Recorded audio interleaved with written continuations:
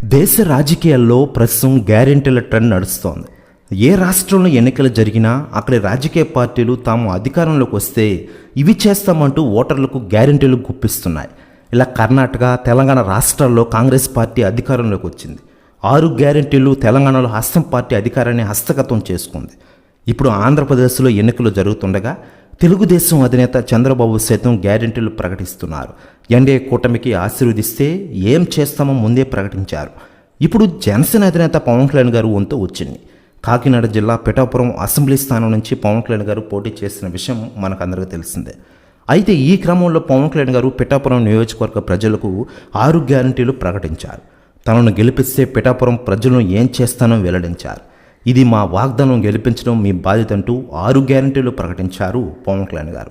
ఇదే స్లోగన్తో పవన్ కళ్యాణ్ పిఠాపురం ఎన్నికల ప్రచారం నిర్వహిస్తారు. యువతకు ఉద్యోగాల కల్పన, చేనేత రంగం అభివృద్ధి, ఆధ్యాత్మిక కేంద్రంగా పిఠాపురం, పర్యాటకంగా అభివృద్ధి, మత్స్యకారుల కోసం ప్రత్యేక జట్టీలు, కోస్టల్ క్యారిడర్ మీద ప్రత్యేక దృష్టి అనే 6 అంశాలను పవన్ కళ్యాణ్ గారు ప్రస్తావించిన విషయం తెలిసిందే. ఇక ఇదిలా ఉండగా పవన్ కళ్యాణ్ గారు పిఠాపురంపై దేశ రాజకీయ నాయకులు సైతం స్పందిస్తూ ఉండగా తాజాగా కేంద్ర మంత్రి అమిత్ షా గారు స్పందించారట. ఆయన మాట్లాడుతూ పవన్ కళ్యాణ్ గారు ప్రస్తుతం మంచి రాజకీయ పరిణతి సాధించి ఉన్నారు. పిఠాపురంలో ఆయన గెలుపుని ఎవరూ ఆపలేరు. అసెంబ్లీలో పవన్ కళ్యాణ్ని అందరూ చూస్తారు అంటారట అమిత్ షా గారు. ప్రెస్ న్యూస్ కూడా తెగ వైరల్ అవుతుంది.